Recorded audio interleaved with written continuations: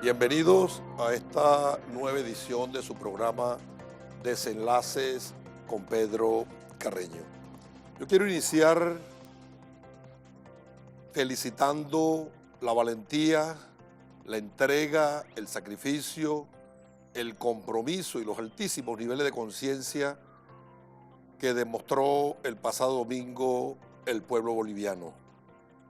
No hay amenaza, no hay chantaje que pueda quebrarle la voluntad a ese pueblo y a su líder, el gran jefe indio Evo Morales.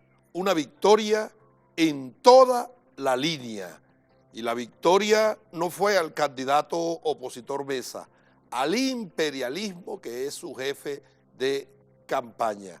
Pero como la derecha no cree en la democracia, la derecha no cree en las elecciones, si ganan, arrebatan, asumen.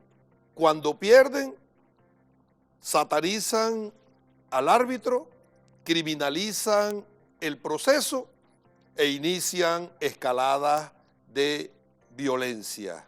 El pueblo boliviano, que se volcó multitudinariamente a las urnas, tendrá junto a su líder la responsabilidad de hacerle entender a esa derecha reaccionaria que no van a poder, que no van a volver. Ese pueblo boliviano está resuelto a ser libre. Felicitamos a Evo, felicitamos a Bolivia, Venezuela, su gobierno, nuestro Partido Socialista Unido de Venezuela, las organizaciones sociales. Estamos de júbilo y nos solidarizamos con el pueblo boliviano y sus luchas. Bolivia, la primogénita del libertador Simón Bolívar. Además de ello, tuvimos una interesantísima sesión de la Asamblea Nacional Constituyente donde aprobamos 3 puntos fundamentales. La derecha reaccionaria, y vale el comentario, cuando producto de los acuerdos en la Mesa Nacional de Diálogo se decidió que la bancada del Bloque de la Patria se reincorporara a las reuniones de la Asamblea Nacional como una muestra de querer abonar el terreno para la concordia, el sosiego y la vida armónica en el país, indistintamente la corriente política que se practique, se predique y se profese, adujeron que la presencia del Bloque de la Patria en la Asamblea Nacional representaba la legitimidad. Bueno, qué argumento tan ignorante, la ignorancia es atrevida.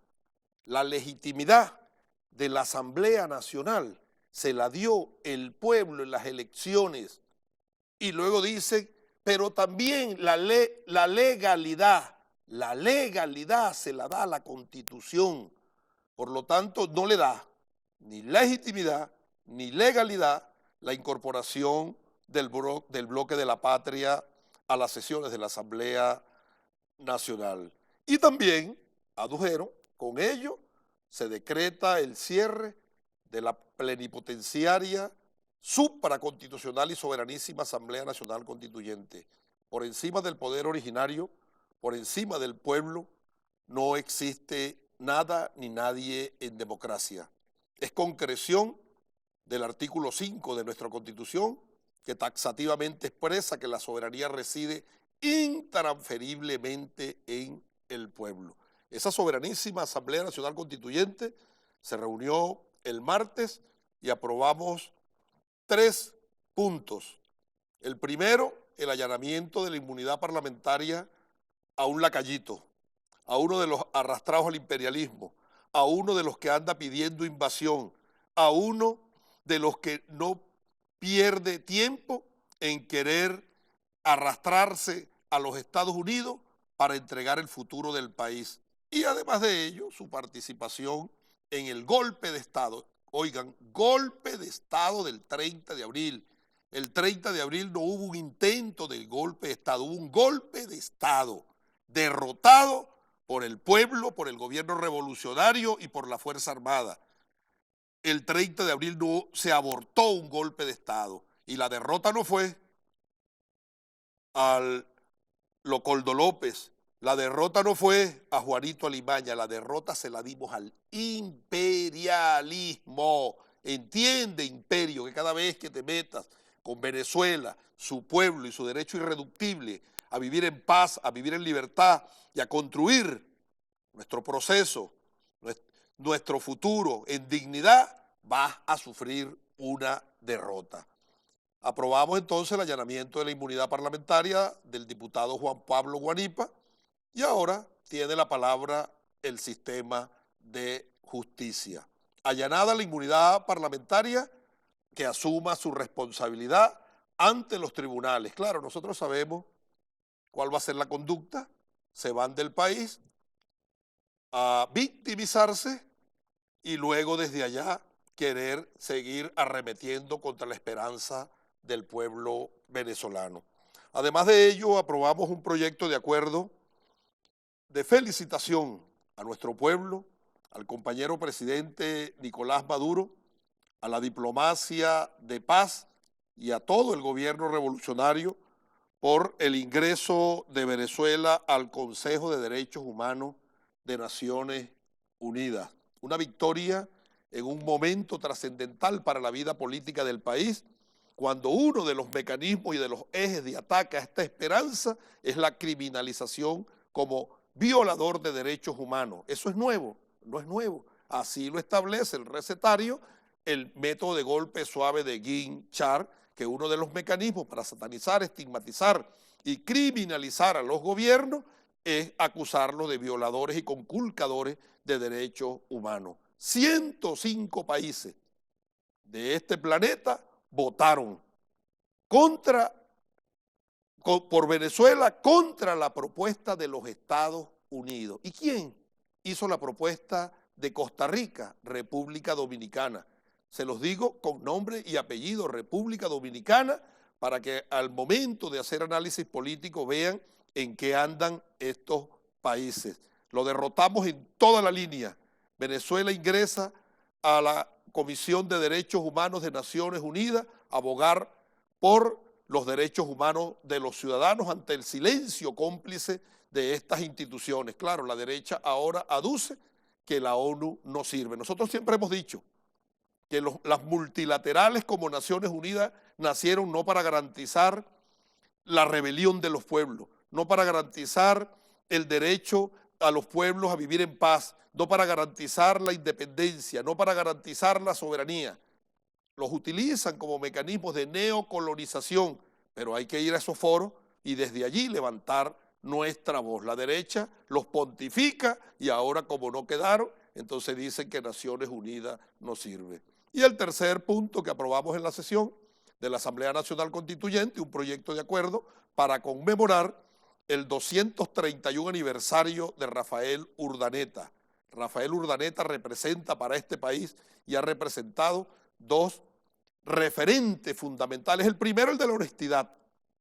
Revisar la vida pristina de Rafael Urdaneta es un ejemplo a seguir por todos los seres humanos. Un hombre que ocupó todos los cargos y terminó viviendo de una pensión la cual él mismo solicitó.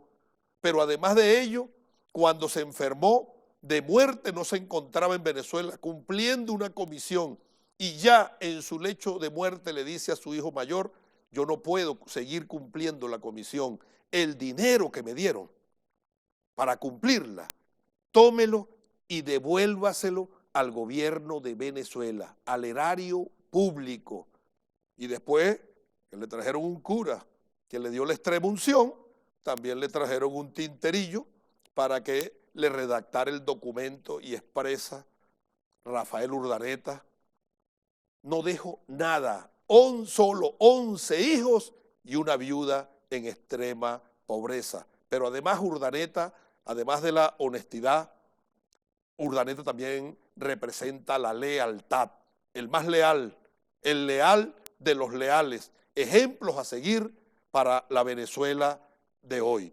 Y un aspecto fundamental para el cierre de este análisis de coyuntura, es un mensaje a los Estados Unidos que andan diciendo que Venezuela representa una amenaza inusual y extraordinaria para la seguridad de los Estados Unidos. Aquí está lo que dice Barack Hussein Obama en su decreto. Pero es que de la mismísima Naciones Unidas, ¿qué dijo el presidente Trump en Naciones Unidas?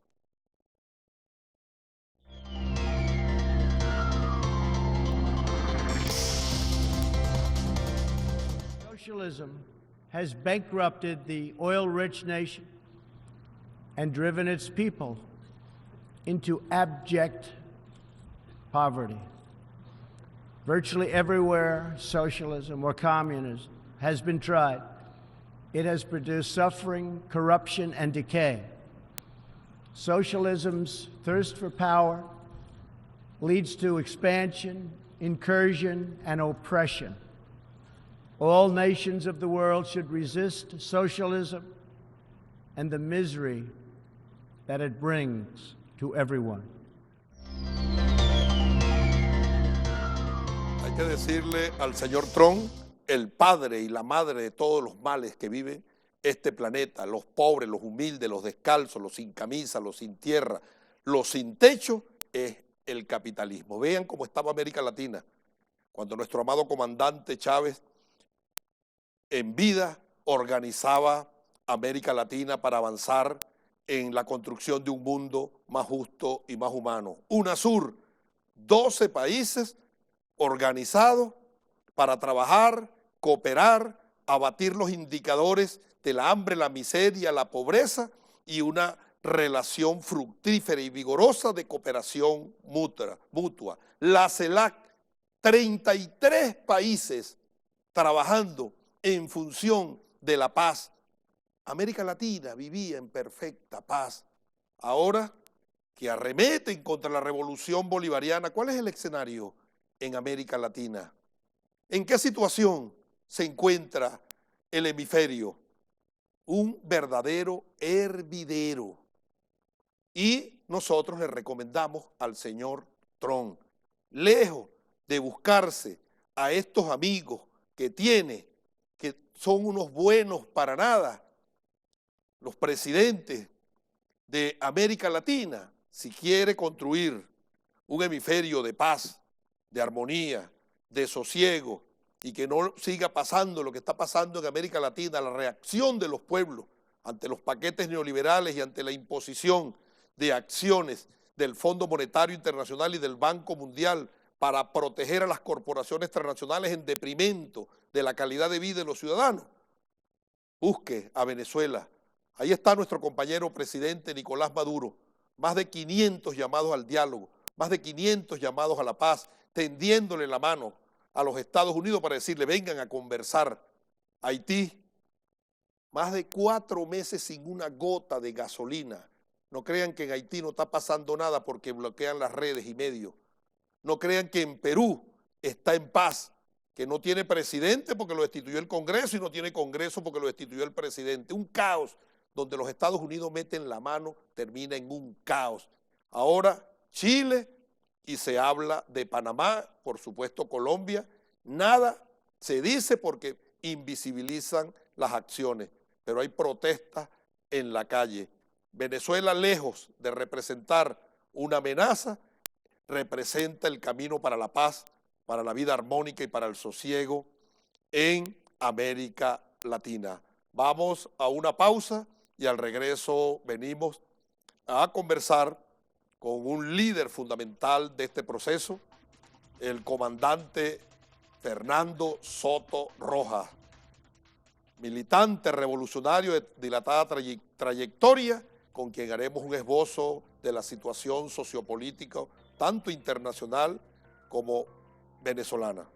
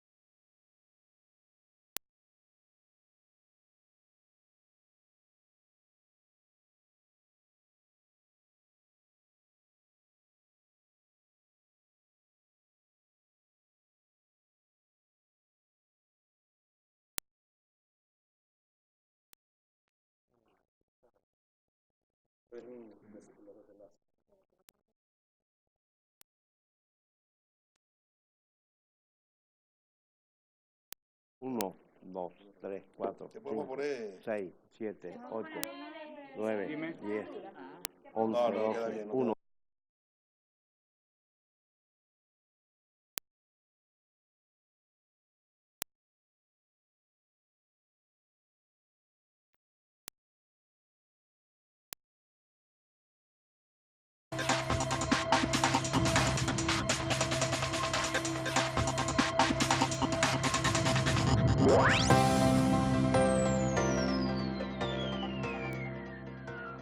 Continuando con nuestro programa de Desenlaces con Pedro Carreño, en este segmento vamos a conversar con Fernando Soto Rojas. Bienvenido, camarada. Adelante.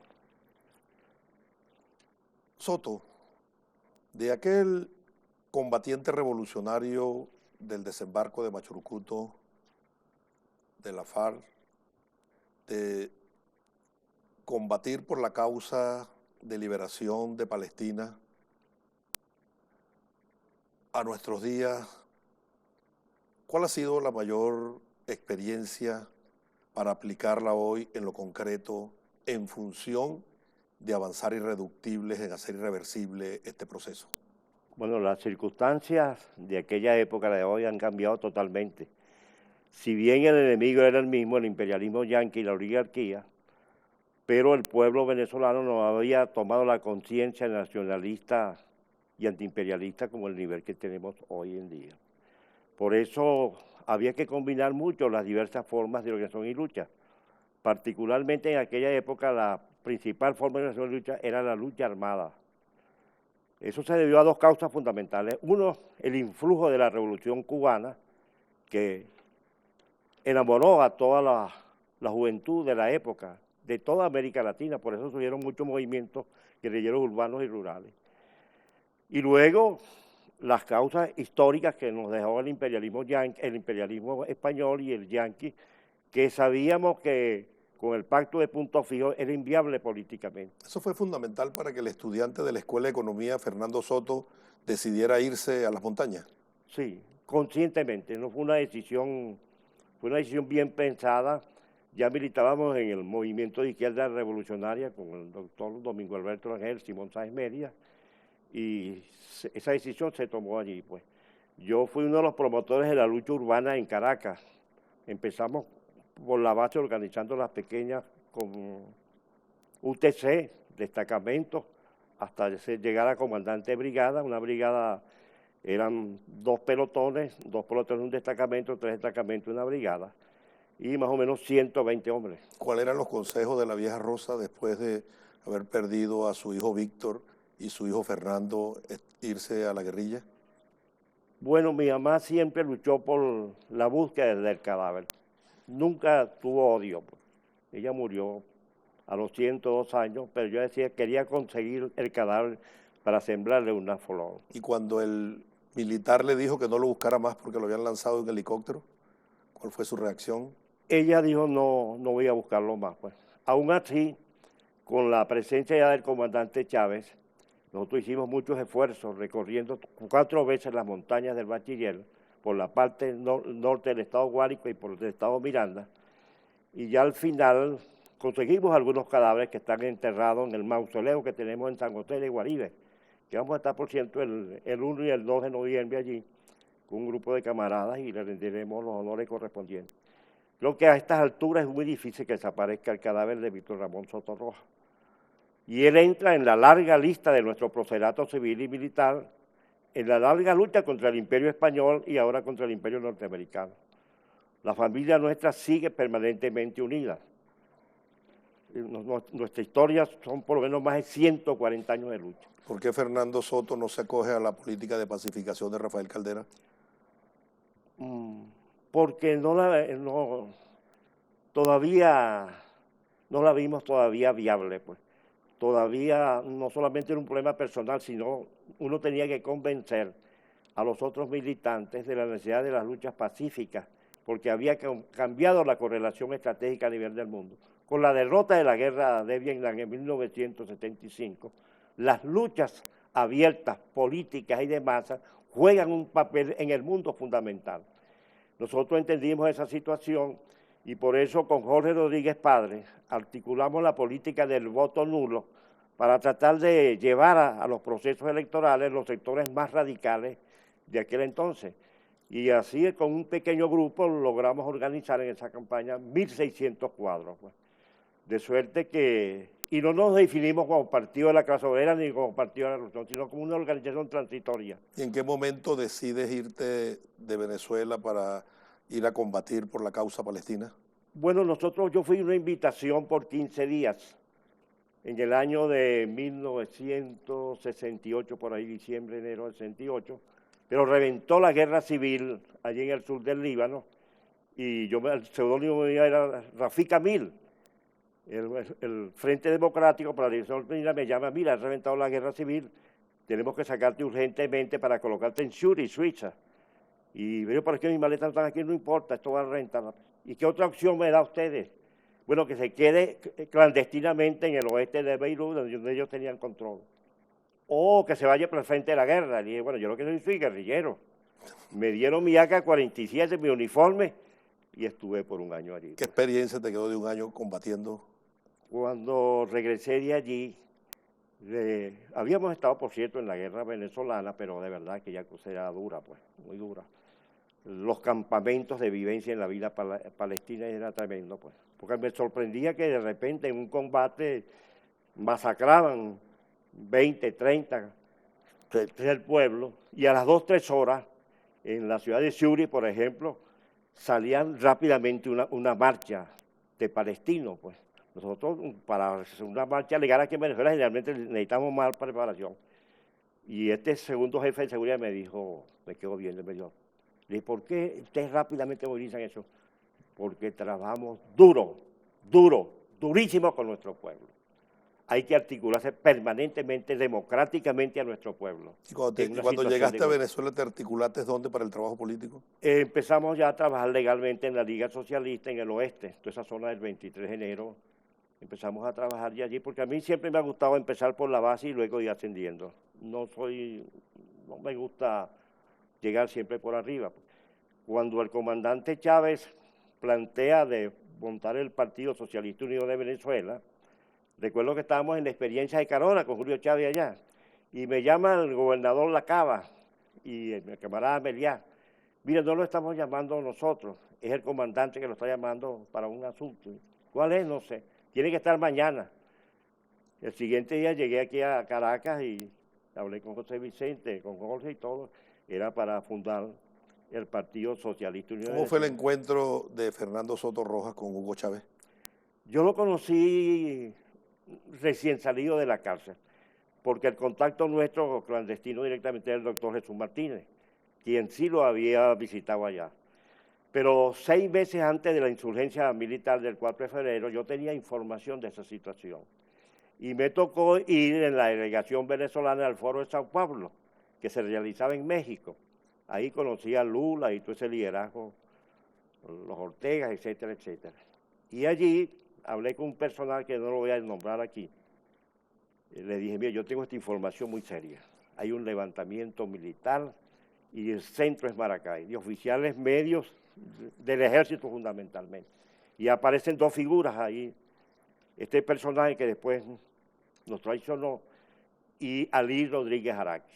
Ali es mi amigo, así que infórmele de esta situación.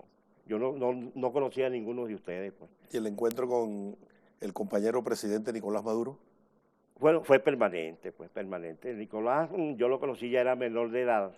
Estaba yo regresando del Medio Oriente y en una plenaria que hicimos en la Facultad de Ingeniería, de Economía de la Central, ahí lo llevó el gordo Juan Barreto, según me dice el propio Nicolás, y se articuló a la Liga Socialista como militante aquí en el Valle. Después fue ascendiendo pocamente y permanentemente tuvimos una relación muy respetuosa y muy amable. Siempre nos reunimos, ahora por supuesto por razones de seguridad, no es fácil ver el presidente, pero el presidente conoció fundamentalmente toda mi familia. En los aniversarios de mi mamá siempre iba a tomar carato el presidente Maduro, pues, para que todos mis hijos, nietos, amigos, Fernando, siempre hemos tenido una relación de respeto. Y ahora estamos cuadrados plenamente en la defensa del liderazgo del presidente Maduro, que le toca una cosa muy, muy dura, pues. Mira, mi hermana, mi hija Vilma, cuando tomó la decisión el comandante a los 3 días, yo como reuní la reunión un poco para decir cuál era la orientación y empecé un poco a fundamentar. Me dijo, papá, no hay tiempo, tenemos un mes para hacer esta campaña, por Maduro y punto. Mira, Y en menos de 3 minutos se tomó esa decisión familiar. Comandante, vamos a una pausa y al regreso vamos a hablar de la coyuntura política internacional y su impacto en Venezuela.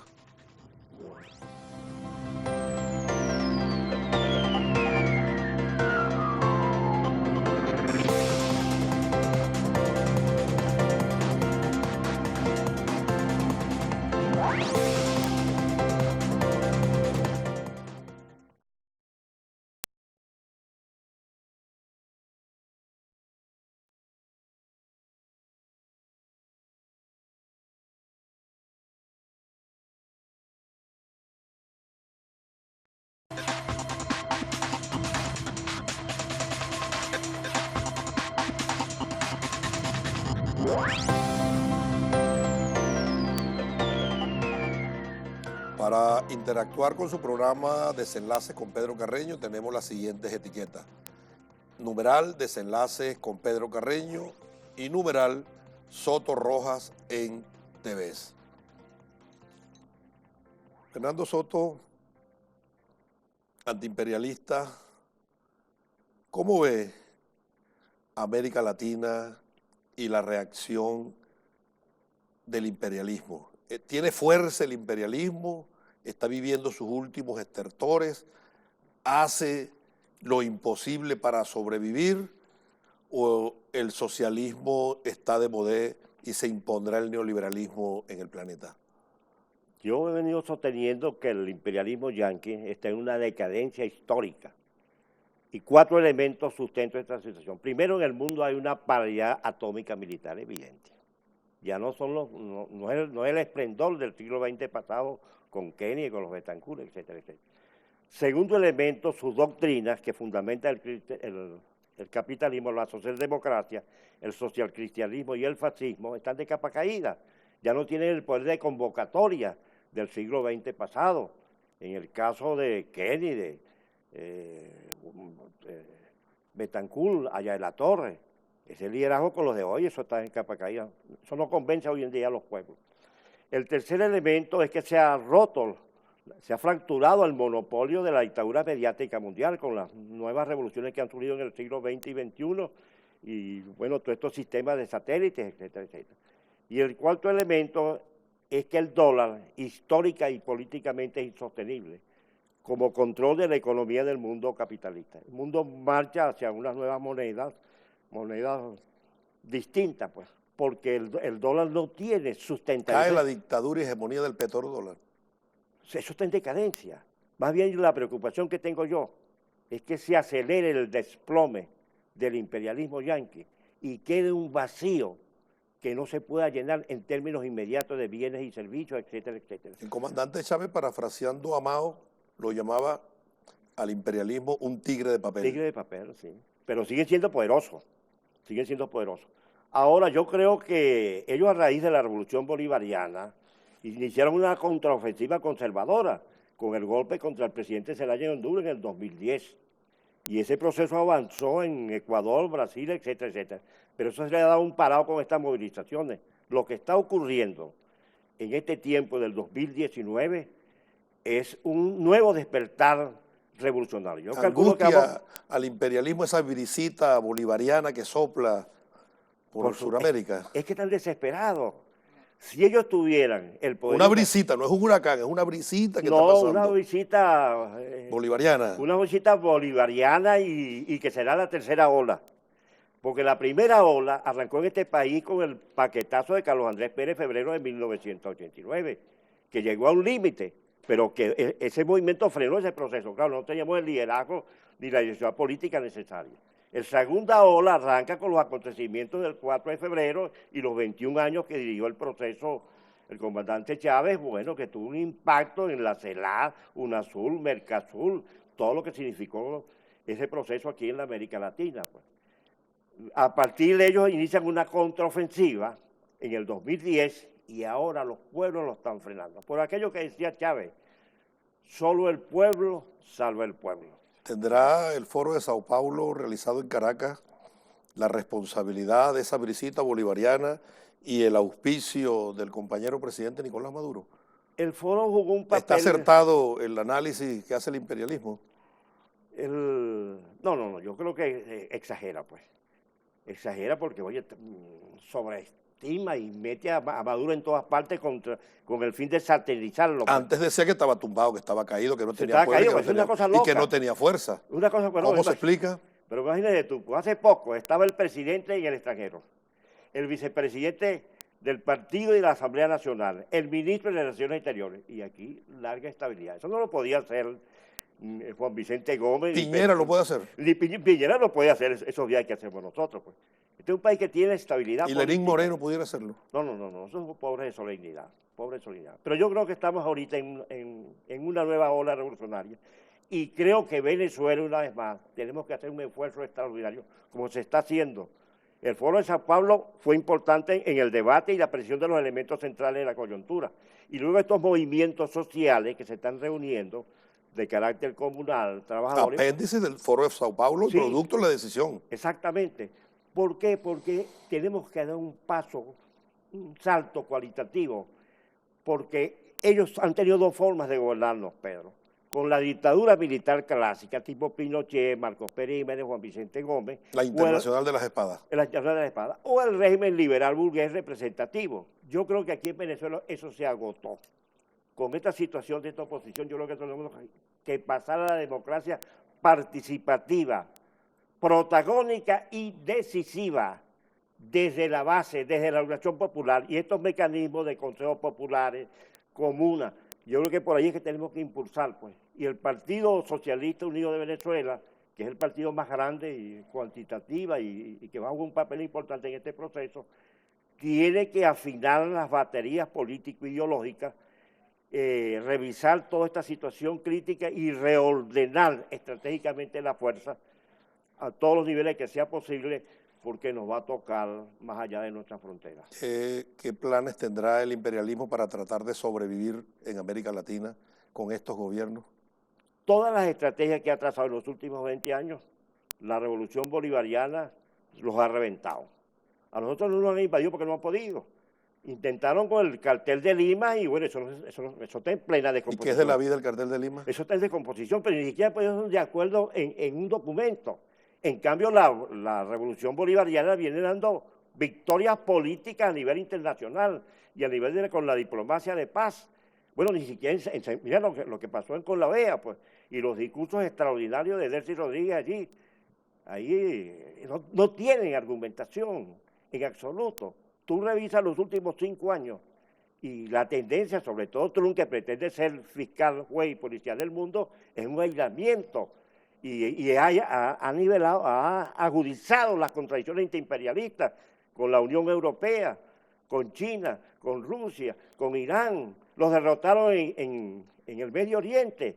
Y por donde han pasado, en extremos, con invasiones, con injerencias, con golpes, no han podido, desde el punto de vista de la estabilidad política capitalista, desde el punto de vista de la estabilidad social, una cierta credibilidad y seguridad. Porque ciertamente ellos derrocaron a Cipriano Castro, establecieron la dictadura de Juan Vicente Gómez, pero hubo una estabilidad en el país. Pues. ¿Aspira Fernando Soto ver el derrumbe total del imperialismo? Bueno, yo llevo ahorita 86 años y medio, pues. Todos los años, yo no puedo multiplicar, pues, pero sí podemos sumar, si nos anillamos todos los años. Ya ahorita estuve por allá por Barcelona, me hicieron una revisión y estamos, pues. ¿Cuánto tiempo le queda al imperialismo? Así las cosas. Yo aprendí de un revolucionario en los tiempos de la lucha contra Pérez Jiménez que la dinámica social no se puede someter al reloj. Leonardo Ruiz Pineda, asesinado en los tiempos en 1952. Tú puedes someter al reloj la química, las cosas, pero los procesos sociales lo único que tiene que estudiar son las tendencias. Ahora estamos en un proceso exactamente de desenlace, muy bueno, muy apropiado. porque es un desenlace que se está planteando aquí. Estamos en un proceso de deslinde y confrontación con el imperialismo yanqui. Y con este proceso de deslinde y confrontación con el imperialismo, agradecemos a Fernando Soto sus sabios consejos. Vamos a una pausa y venimos con los desenlaces de la semana.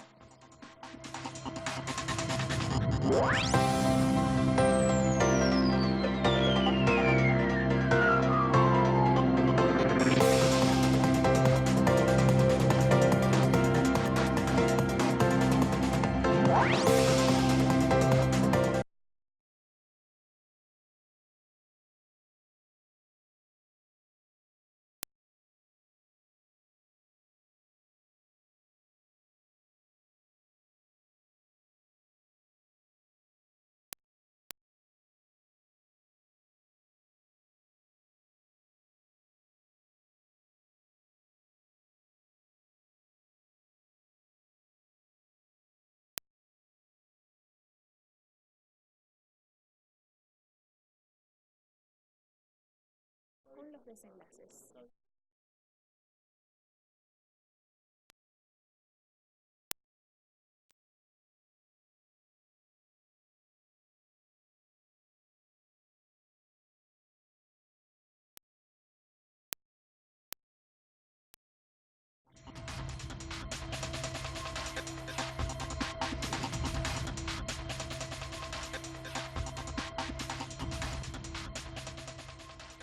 Estamos de vuelta y venimos con los desenlaces de la semana.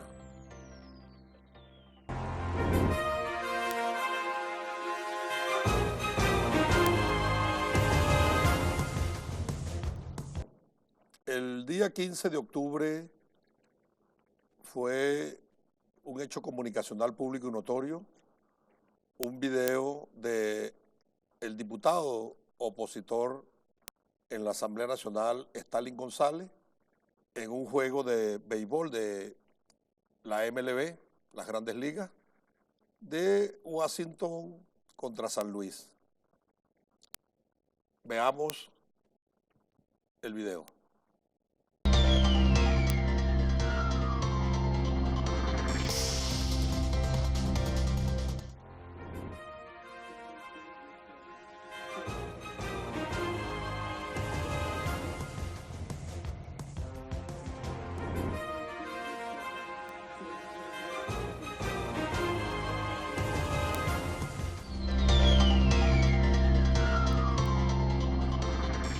Se generó una gran polémica nacional, primero por la presencia del diputado allí.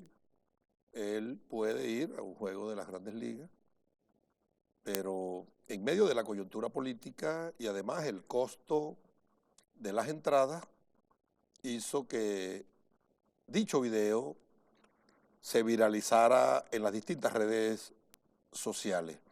Y además dejó ver la necesidad de que él, como funcionario público, informe al país el origen de los recursos para estar allí en ese juego de las Grandes Ligas. En ese sentido, el Estado venezolano, a través de la Contraloría General de la República, decidió la apertura de una investigación y esto fue lo que nos dijo el Contralor General de la República.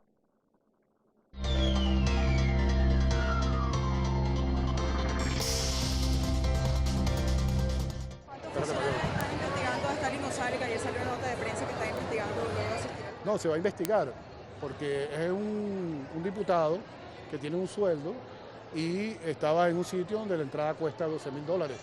Ninguno de ustedes puede pagar eso ahí, ¿no? Yo creo que eso hay que aclararlo. Si hay un funcionario público que está en un lugar donde todo se sabe, son hechos públicos y notorios, así como dicen los periodistas, en un lugar de eso, bueno, tiene que aclararlo, porque ¿cómo hace para estar ahí?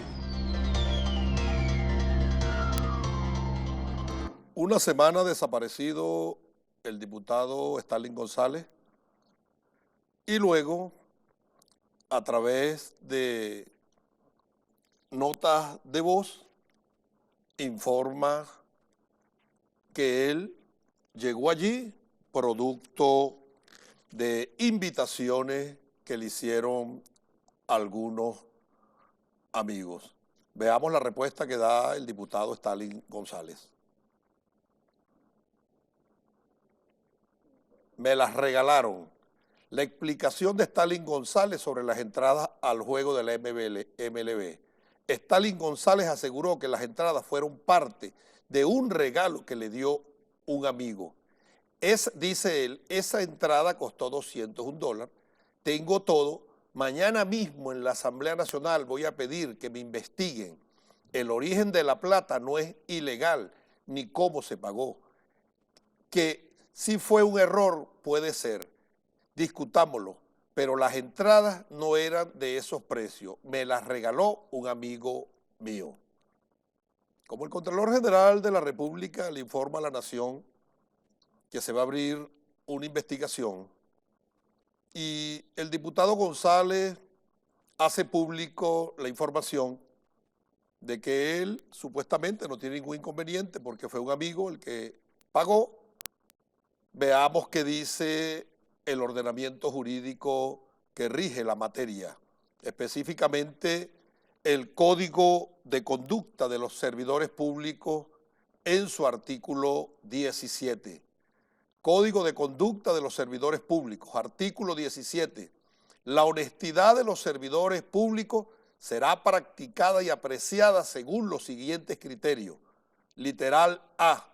Los servidores públicos deberán rechazar en el ejercicio de sus funciones los regalos, invitaciones, favores, dádivas, pago de viaje, uso de medios de transporte o cualquier clase de halagos, beneficios materiales o inmateriales ofrecidos por personas o grupos interesados en obtener decisiones favorables o de cualquier tipo.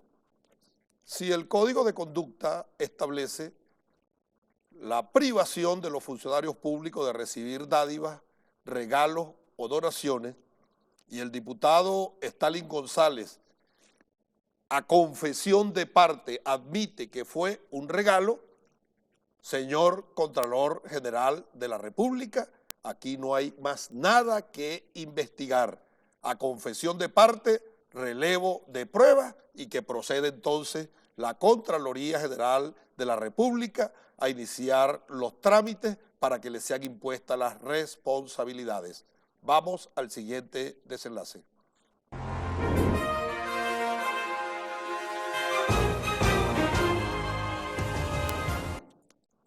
El día 8 de septiembre, la esposa de Juanito Alimaña, la señora Fabiana Rosales, inauguró, y fue también un hecho comunicacional público y notorio, porque los grandes medios de la derecha le dieron mucha connotación, inauguró en un hospital del municipio Urbaneja, en la clínica municipal, inauguró un quirófano. Inaugura el quirófano la señora Rosales el día 8 de septiembre y luego el día 29 de mayo la Contraloría Sanitaria clausura el quirófano inaugurado por Fabiana Rosales, hecho que generó un ataque desmedido, despiadado, no solo al sistema de salud y a la Contraloría Sanitaria, sino al gobierno revolucionario, bajo la égida de que en ese ambulatorio y en esa clínica se hacían ver seres humanos y la revolución bolivariana estaba en contra del bienestar del pueblo. Evidentemente que hay detrás de la decisión del gobierno revolucionario de clausurar el quirófano inaugurado por Fabiana Rosales. Sus antecedentes se remontan al día 22 de octubre del 2014, cuando en ese instituto de la alcaldía de Urbaneja se inauguró el quirófano y fue cerrado debido a que en la inspección se determinó una serie de inconformidades de los servicios existentes, incluyendo el servicio de cirugía, y se instó a los representantes del establecimiento a iniciar un proceso de permisología que otorgara al Servicio Autónomo de Contraloría General de la República del nivel central, lo consignara de manera tal de que luego de una nueva inspección autorizarlo. La Contraloría General de la República la Contraloría Municipal, la clínica y las autoridades municipales de Urbaneja se niegan, y es cuando aparece la señora Fabiana Rosales el 8 de septiembre sin ningún tipo de permisología, inaugurando dicho ambulatorio, y además de ello inaugurando también allí en el marco de la actividad la sala de parto. Bueno, el día 22, una ciudadana de nombre Anabela del Carmen Briceño Delgado, titular de la cédula de identidad número 17.922.329 de 30 años de edad, ingresó a una clínica privada que se llama Centro de Especialidades Anzoátegui, producto de un diagnóstico de shock hipovolémico en una cesárea segmentaria que le estaban aplicando en el ambulatorio que inauguró Fabiana Rosales. Luego esta señora fue llevada el 28 al hospital Dr. Domingo Guzmán Lander, donde falleció. La señora fallece el día 28, y es por ello que el día 29 de marzo, cuando se hace la inspección, se clausura el ambulatorio inaugurado por la señora Fabiana Rosales. Ahora, esto no puede terminar allí. Hay una ciudadana que perdió la vida.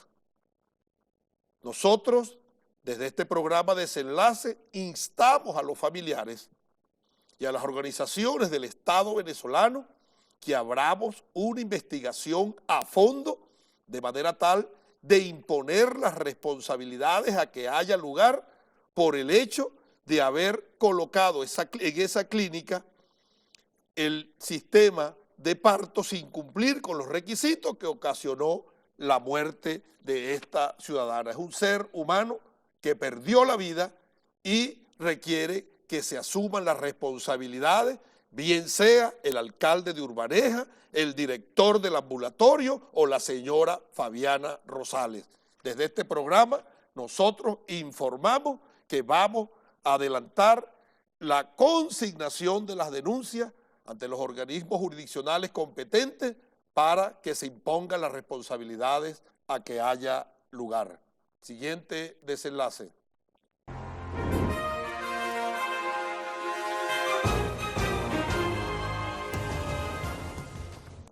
Cuando nosotros escuchábamos hablar de Chile, nos decían que era un ejemplo, que en Chile había ocurrido un milagro económico, que el modelo a seguir era el modelo chileno. El mismísimo presidente Piñera, en medio de una situación de conmoción generada en América Latina, esgrimía lo siguiente: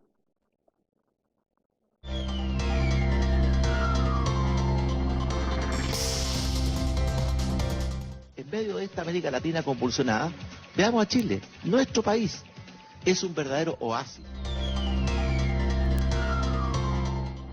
¿Un oasis Chile o una burbuja con millones de chilenos con alfileres en la mano que explotaron esta burbuja? Y se consigue con la siguiente realidad: el pueblo sale a la calle y la reacción del gobierno, lejos de ponerse a tono y en sintonía con las expectativas que tienen los pueblos y sus ansias libertarias de redención social, asumen el mecanismo de la represión, amedrentando al pueblo, creyendo con ello quebrarle la voluntad.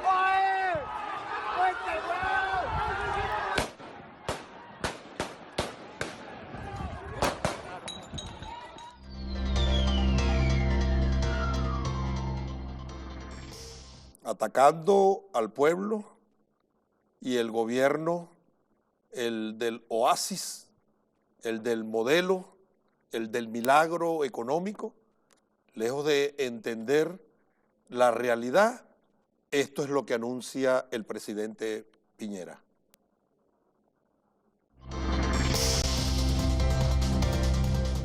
Estamos en guerra contra un enemigo poderoso, implacable. En guerra contra un enemigo poderoso, implacable. ¿Usted sabe quién es ese enemigo poderoso e implacable? El pueblo chileno, el chileno de a pie, el chileno que sufre las penurias de las imposiciones del capitalismo neoliberal, el chileno que solo quiere vivir en dignidad. Y el gobierno, lejos de entenderlo, dice que es una guerra y por lo tanto le da tratamiento de guerra. Pero como la constitución que rige al pueblo chileno es la misma constitución de Pinochet y quien manda en Chile es la Fuerza Armada, vean lo que dice el comandante general del Ejército.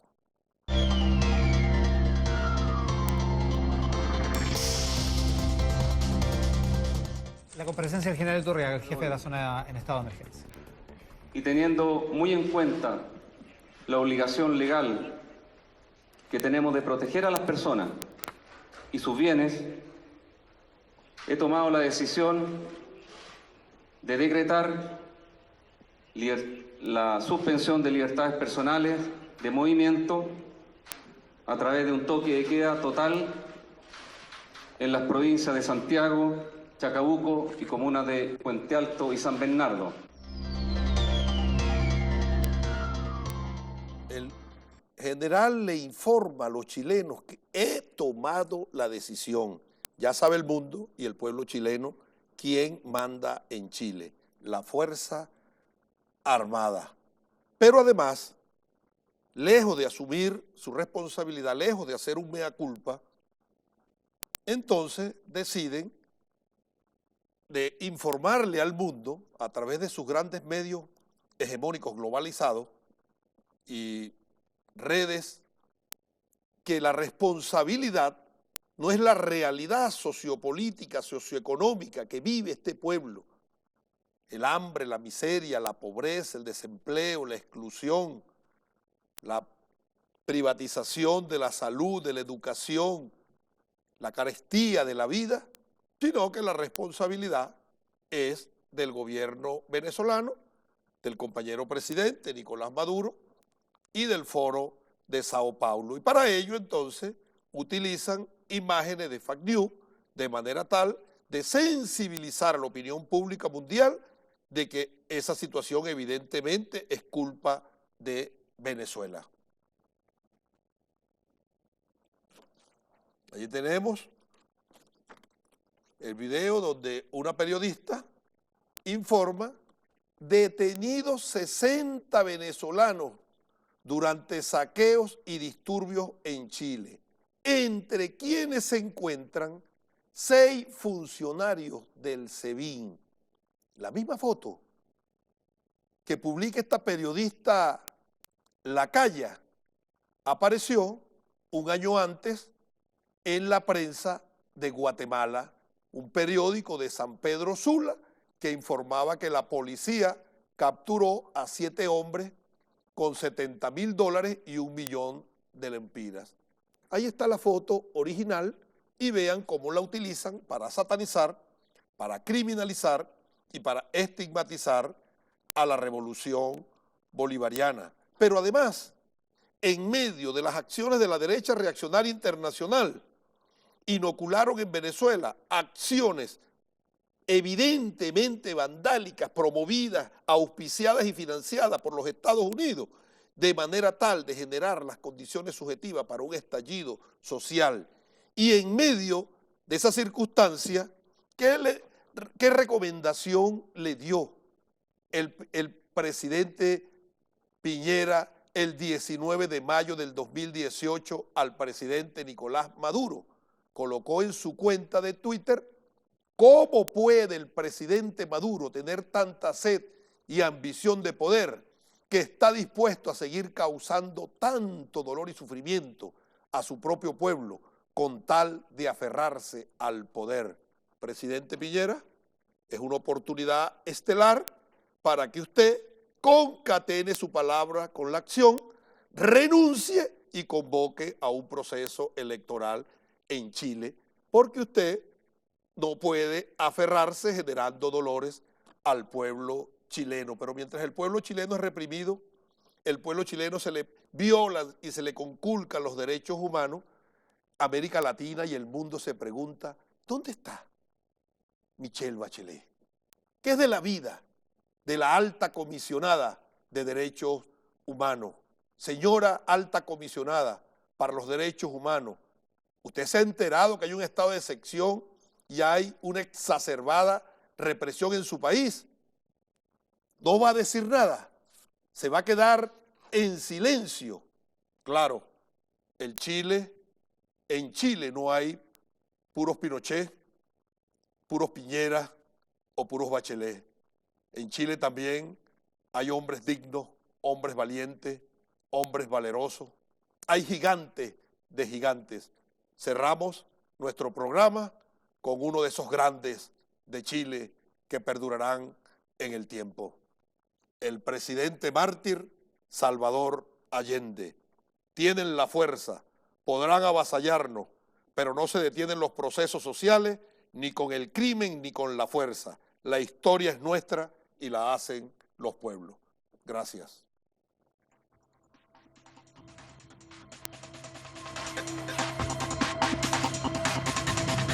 What?